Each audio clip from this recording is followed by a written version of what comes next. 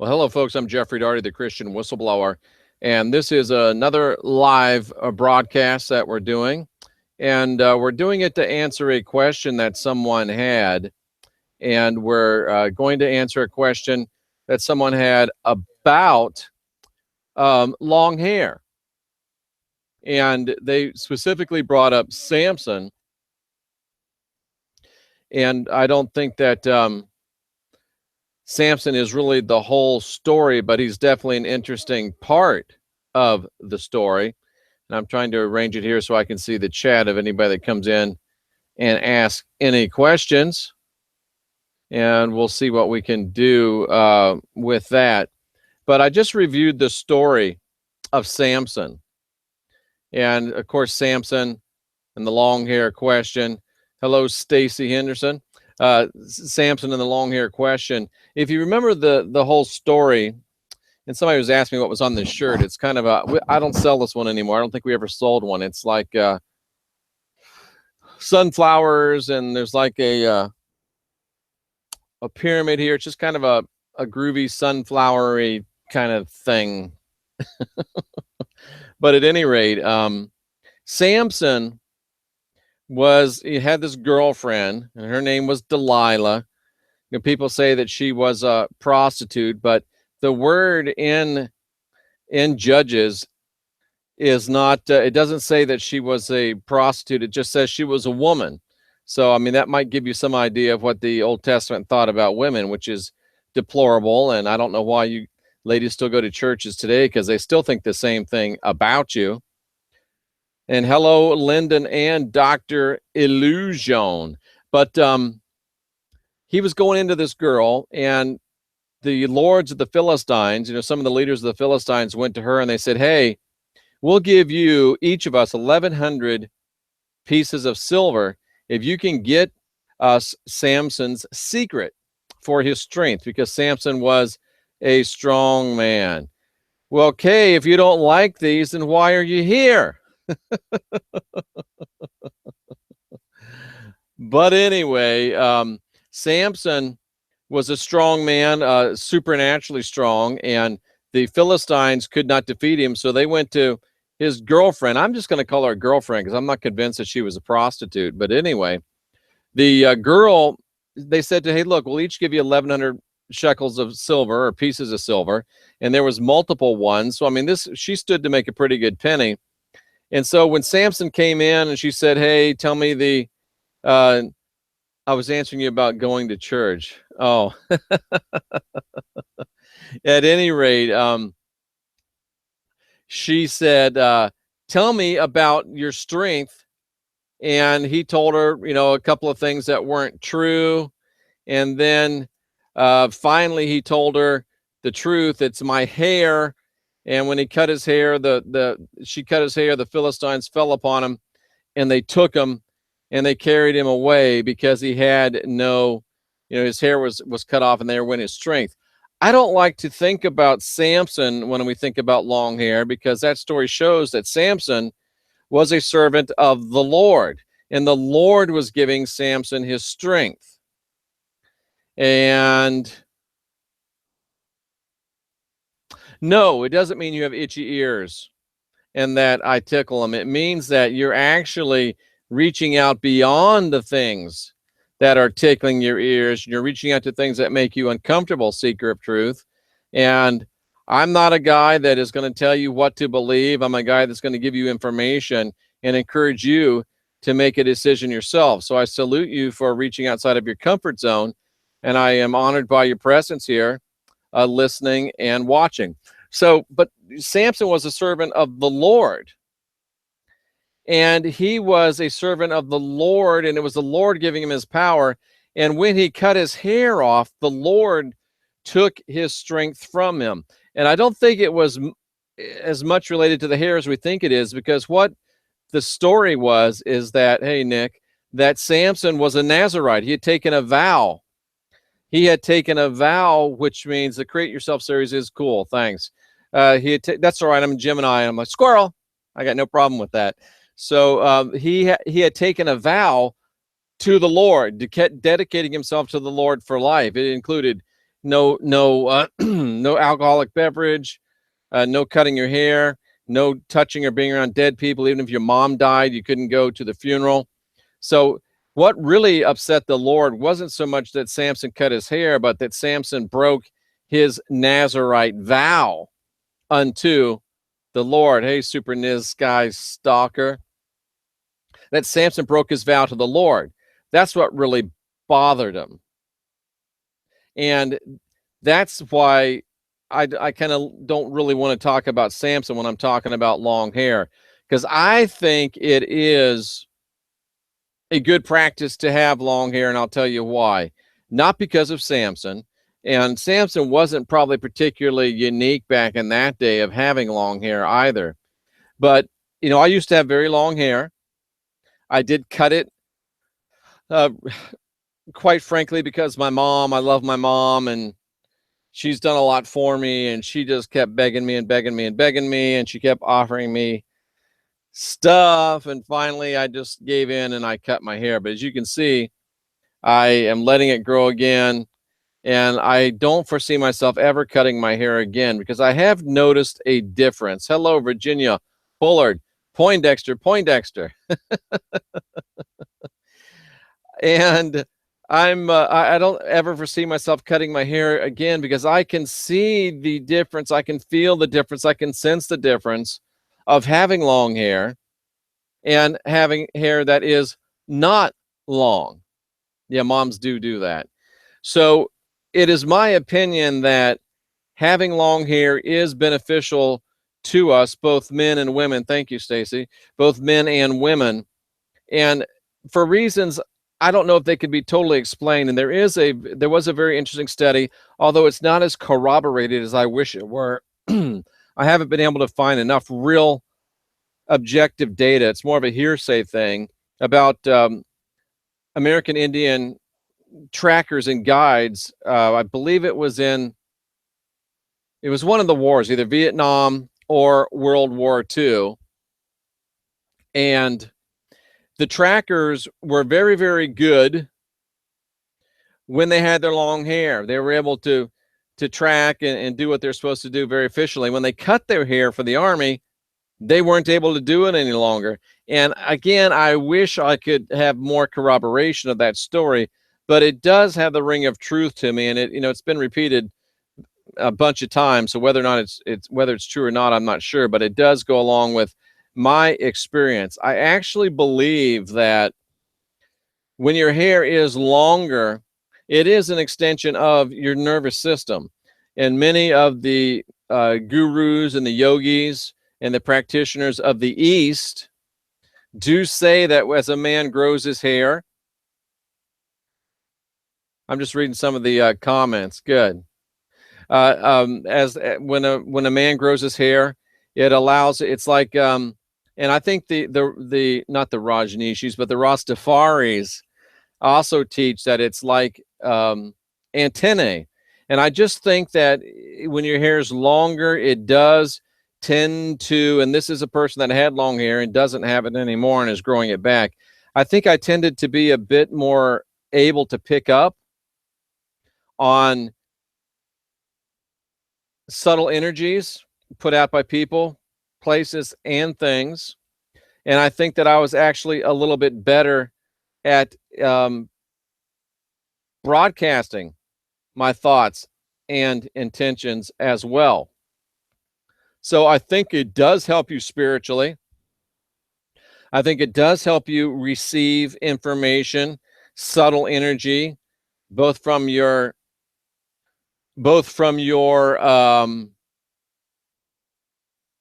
environment. See you later, Super. Both from your environment and also from spiritual sources and entities and things of that nature. That's my experience. So that's why one of the reasons why I am growing it out again. Also, if you look, many of the great spiritual leaders of history had long hair as well. So there's something to it. I mean, the ways of India are the oldest spiritual ways that we know of, except with maybe the possible exception of the Sumerians, and even they had long hair. So to me, it's very interesting. I think that that it is beneficial in that way. But let me also, Liatka says that her tribe or his tribe, can't tell which is which, advocates long hair for all members. And 14A10 says hair is an antenna and split ends are enhanced antennas. Kay Cape says, wonder if that's why they made it such a big thing for guys to have long hair. And, you know, the natives have long hair, Native Americans. You think about back in the hippie days when people were seeking spirituality to a greater degree, they had long hair. And Helen says her hair, I'm assuming that's a her hair is gray and long, feeling more alive than ever. And I would tend to agree with that. But here's something else. Here's another reason why I like to have my hair long. And this one, maybe not so spiritual. Maybe it is spiritual.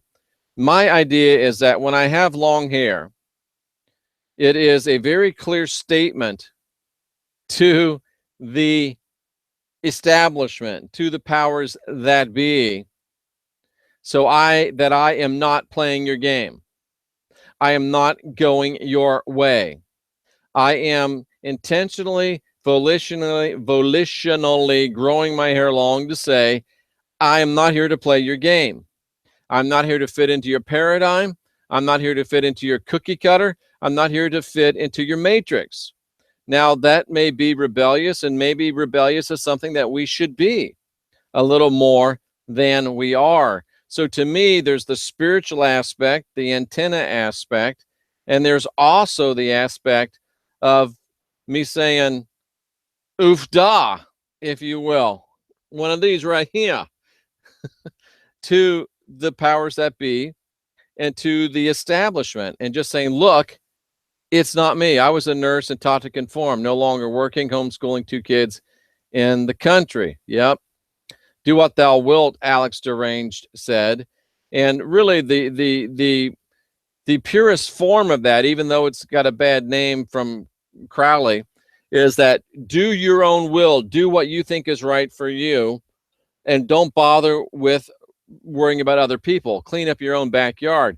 Now, I know that will upset some of you, and I know that some of you think that's bad to talk about something, but, you know, Crowley said that, and it's a hermetic rule, a hermetic law. And what it's saying is you focus on you doing what you're supposed to do and let everybody else focus on what they're doing. It's really a twist on what we would call the golden rule. So take it for what it's worth, and take it for the best. And the way it was given here in the chat room, I think that's the way it's meant.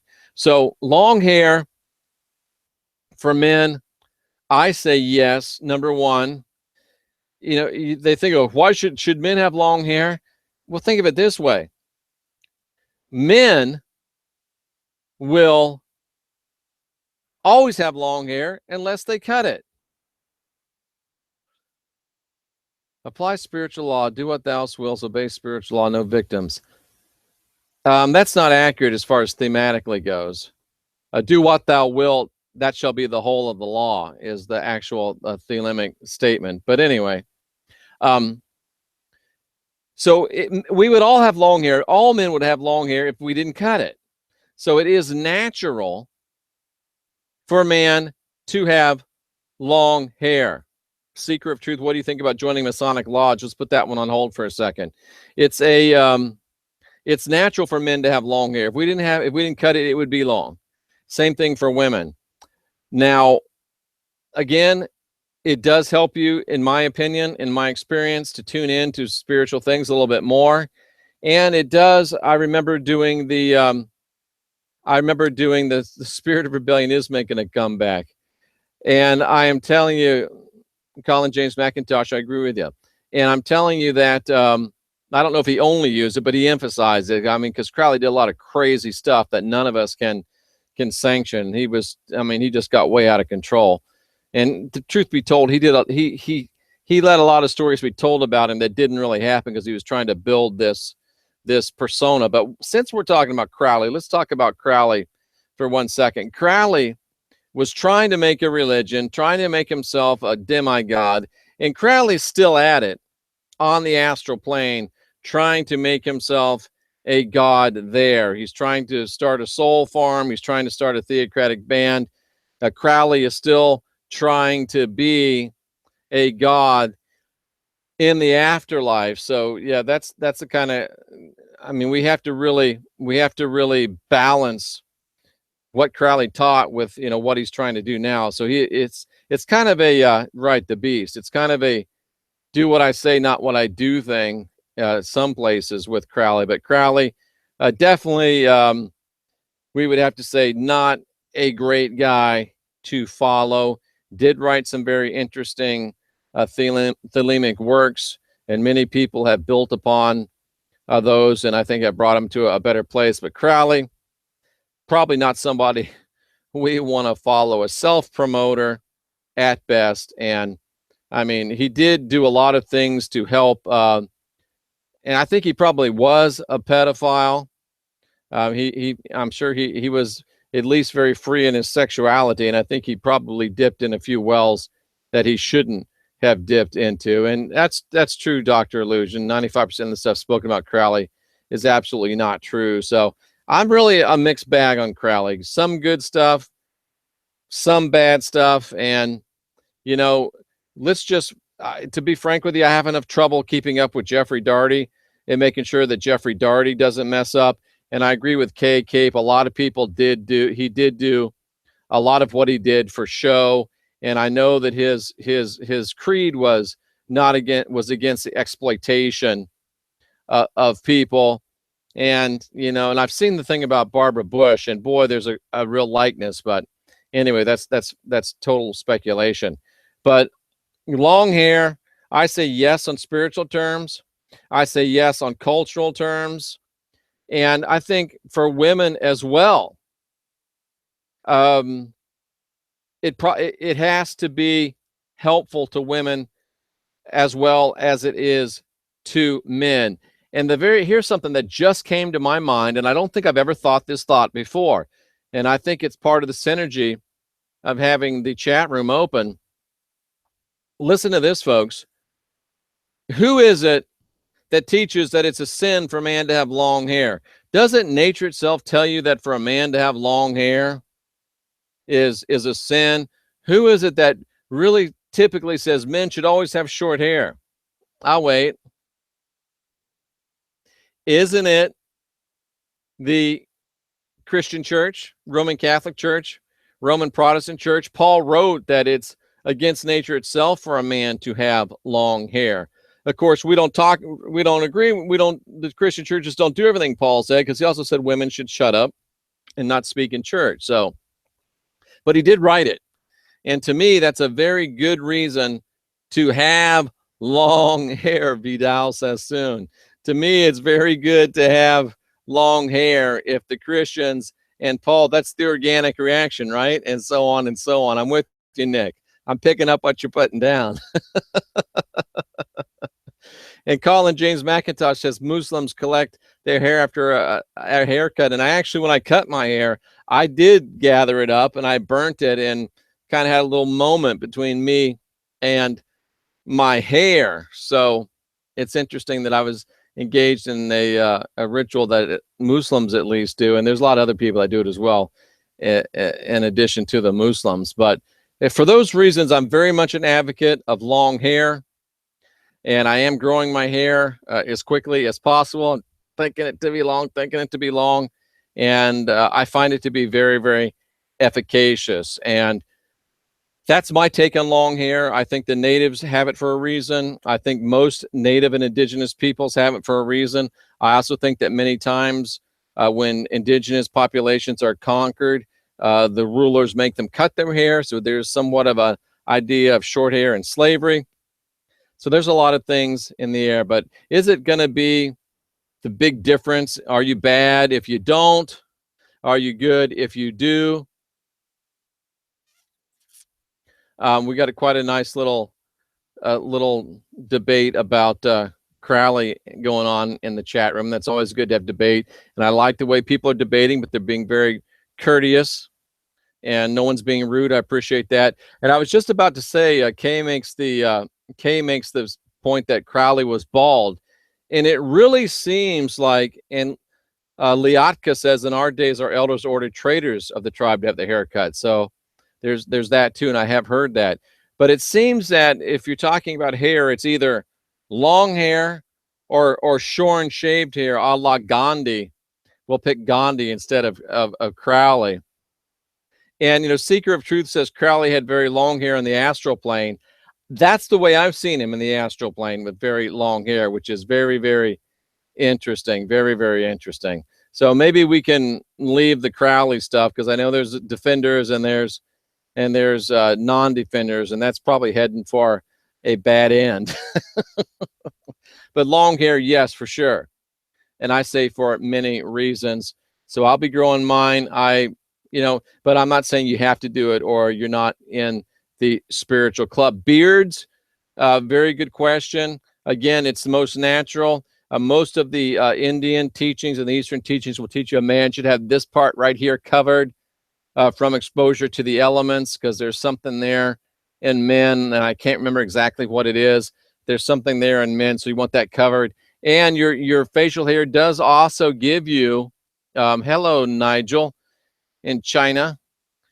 And your beard also does give you sensitivity, and it does, because your beard it does pick up vibrations. I mean, I have a cat, and he was sitting right over there. And if I've got this beard, I can sense him getting close to me before he even. Seeker of Truth, I thought, I can't see your picture there. So I'm guessing that you're a dude. For something, I was thinking you're a woman, but if you're using coconut oil on your beard, I'm guessing that you're probably not a woman. Sorry, I can't. I mean, the little bitty picture, it's way off. And yeah, I've got some good beard stuff too. That kind of makes it nice. So yeah, beards. If you want to ask some questions, I'll entertain them. Somebody asked me the 99-cent question, the $1 million question about Masons and Freemasonry. And the way it is in the truth movement is, if you can't blame it on the Illuminati, you blame it on the Freemasons. I am betwixt and between. Oh, it's John the Baptist yelling from the Jesus of Nazareth movie. Okay. I'm betwixt and between on the Freemasons, to be honest with you. Louisville, I'll see you in Lexington. John, great. Last weekend of September at Scarefest. Very nice, Helen. And I use a lot of coconut oil as well. And what was I talking about? What was I just talking about? Oh, the Freemasonry. I have a lot of really good friends that are Freemasons. I did say that I can see in the astral world Colin James McIntosh. I go up there and do work in freeing souls, and I just like to report this. I don't know if she's in the chat room or if she's watching, but a lady had her mother pass away, and she asked me to go, and her mother was a church person, Christian church person, asked me to go and look for her and see if she was stuck. But she also told me that this lady knew that Paul was false. And I thought to myself, if she knew that, she's moved on. I've looked for her for about 3 hours, and she's not there. And what I have heard is that she left a wake of peace, love, and blessing. So that just makes me feel good. And to know that she moved on. Dr. Illusion says Masonry's become so infiltrated that he would advise against it now. It's not pure anymore. And I'm hearing that. I have a lot of guys that are friends that are Masons. And, folks, the big secret is that there's really not that big a secret. Most of the time, the Freemasons are having bake sales and doing civic duties and just trying to be better people. And there's not a whole lot of hocus pocus going on there. And even the hocus pocus is really teaching people to break out of a societal mindset and to really think for themselves. There are some rituals and things that go on. So I have a lot of people that are friends. I've been invited to join the lodge. I've seriously thought about it. Both my grandfathers were in the lodge, but I also think, I think it was Dr. Illusion said, that Masonry is not what it used to be. So I'm not a person that says, if you're a Freemason, you're terrible. I'm not a flat earther. Most of the famous astronauts were Freemasons. The biggest secret of all secret societies is no secret, which is true. There really is no secret. So I'm betwixt and between. I do think it is one of the last places of true brotherhood. And that makes it very appealing to me for that reason. So that's my answer on Freemasonry. I think Nigel asked something about John the Baptist saying being born of water and born of the Spirit. Didn't John say something about being born? He said being born of the Spirit and born of water. I have to get into that a little bit more, Nigel, to really get to what I think about that. There's some reference to being born of water, your water breaking when you're born physically, and then being born of the Spirit, of course, being rejuvenated spiritually. That's kind of where my blink comes in on it. And I think he also was talking about, he was drawing because you got to remember, they were doing blood sacrifice up until John came, and then the Christ backed him up on forgiveness of sins through water baptism. So he was probably making very definite reference to water baptism. And John, being John the Baptist, was probably trying to get as many people baptized as he could. So he was probably saying, hey, be born of the Spirit, but also be born of water, get baptized. Because, that's what he was, and that's what he did, and that was his deal. So I think that really is the real lowdown on that one. My voice is giving out, so if anybody has a couple more questions, we'll take a couple more. Or it looks like maybe I'm not receiving the questions anymore, because it doesn't look like anything's moved here in a long time. So we may be out, or I may have just moved it up to the wrong place. I don't know. No, okay, great, thanks. All right. Talk more on Nazarites. Can one take that vow today? Don't know why you'd want to take that vow today. You probably could, but don't know why you'd want to. Paper degrees are nothing at all. True instructions take place in the astral plane. I agree. Are almost all celebrities involved in a coven, true or false? I don't know. I think that's probably overblown. I don't think everybody sells their soul. I think some people are just marketable, but I don't know. I would probably say nay to that one, but I don't have any real strong feeling either way. I'm actually Licinius 9. I'm actually writing a book right now. It'll be out within a few days on the difference between, it's actually called The Christ and Plastic Jesus. So I'll have that out as an ebook, and you'll be able to get that down and understand it. Thank you. The basic videos have been very helpful. I agree, and I encourage you to look at the Create Yourself ones too. So a couple more questions, and they say Jim Carrey's a satanic high priest. But I've heard Jim Carrey saying a lot of enlightened things. So I would have to say, I wish I could think of a appropriate. Alrighty then. That's about the only one I can come up with. So I would think that he's not a satanic high priest. That sounds a little bit silly to me. Kay saying yes, they are. I can't remember what she's saying. Yes, they are too. But at any rate, the 12D shield, that was great. The video on the Tower of Babel, that is a paradigm changer for you as well. Look at the LBRP. Those are both really good. I've got a lot of great feedback from Hermeticists on that rat bastardized LBRP. My feeling is that we all need to find our own path. Absolutely. I say it, and most people, think it's almost a cliche now, but guide your own spirit, master your own ascension, be your own guru. I'm not here to be anybody's guru. I'm here to provide you with objective, the basics. Thank you, Kay. I'm here to provide you with objective information. Here we go again, but I think Licinius 9, that the book of Enoch was really faked. I did a couple videos on it, and I'm convinced that it's faked. I don't think it was real. Combining your works with Bill Donahue, I don't know Bill. I don't think I've ever worked with him, but I'd certainly be open to it.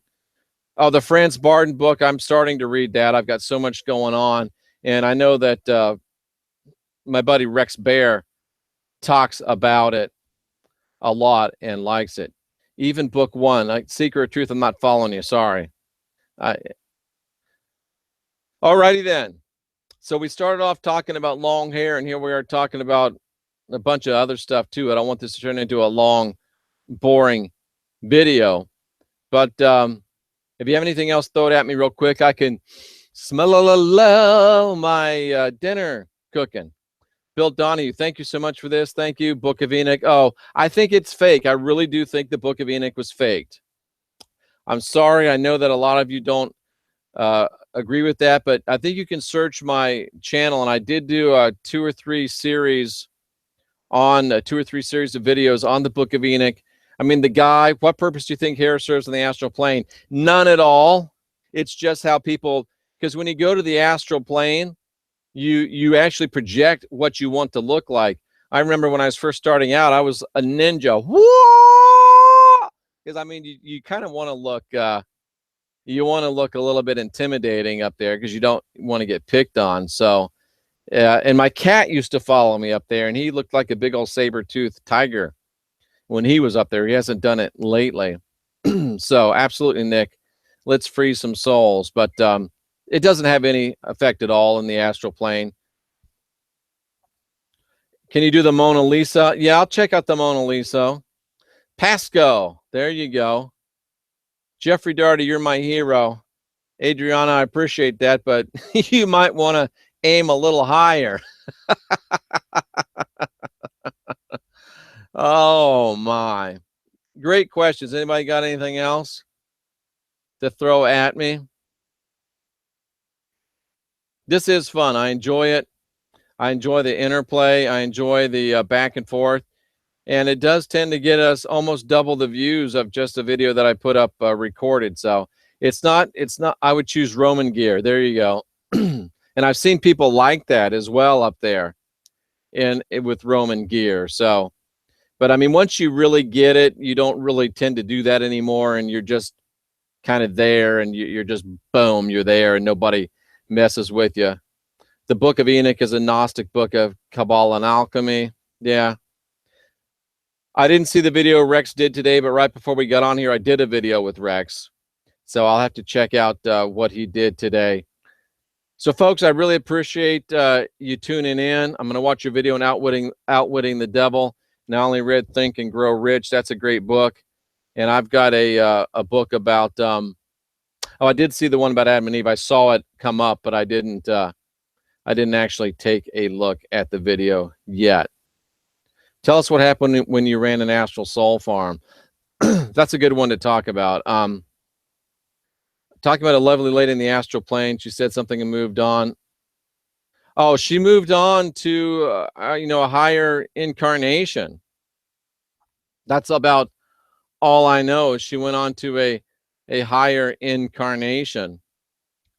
And shoot, what was that video I was going? Oh, the astral soul farm.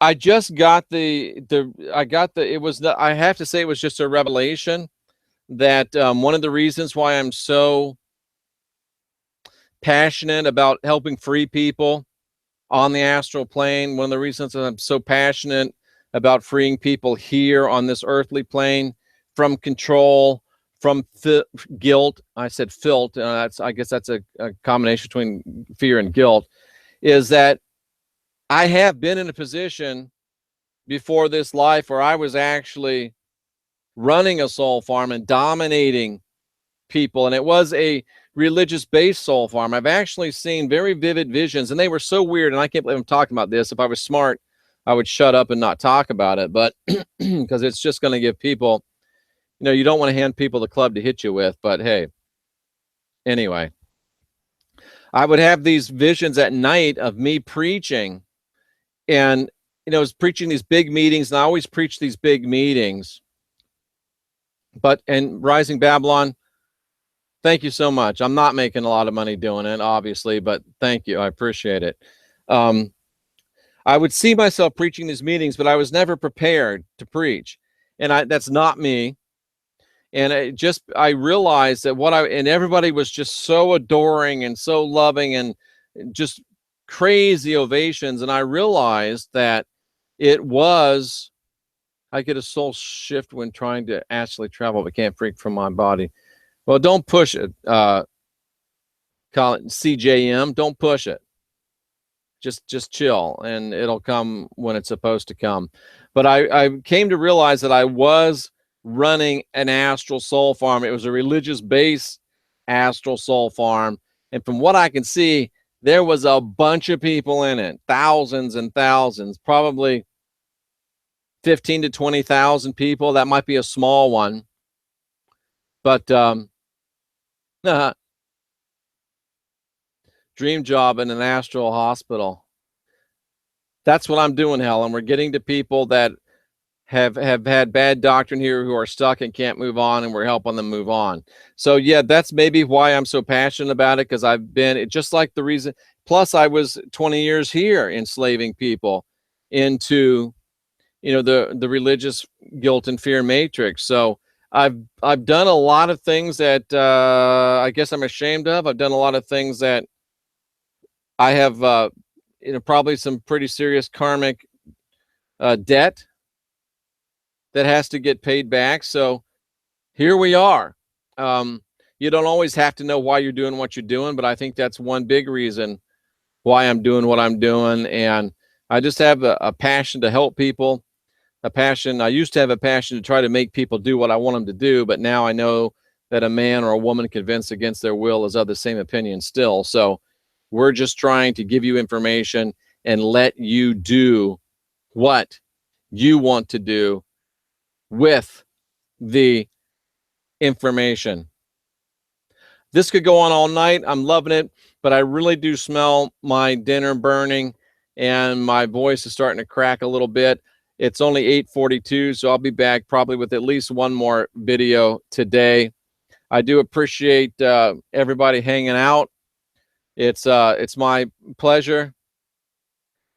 Thank you, James. I will check out Bill Donahue. Thank you very much. I'm Jeffrey Daugherty, the Christian Whistleblower. We talked about long hair and a lot of other good stuff here.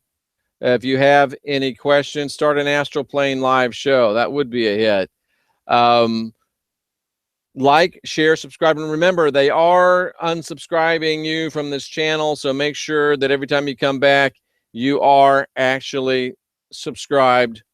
Jeffrey Daugherty, Christian Whistleblower, thanks for being here, and we'll see you again real soon. And some of you say you'll see me on the astral plane.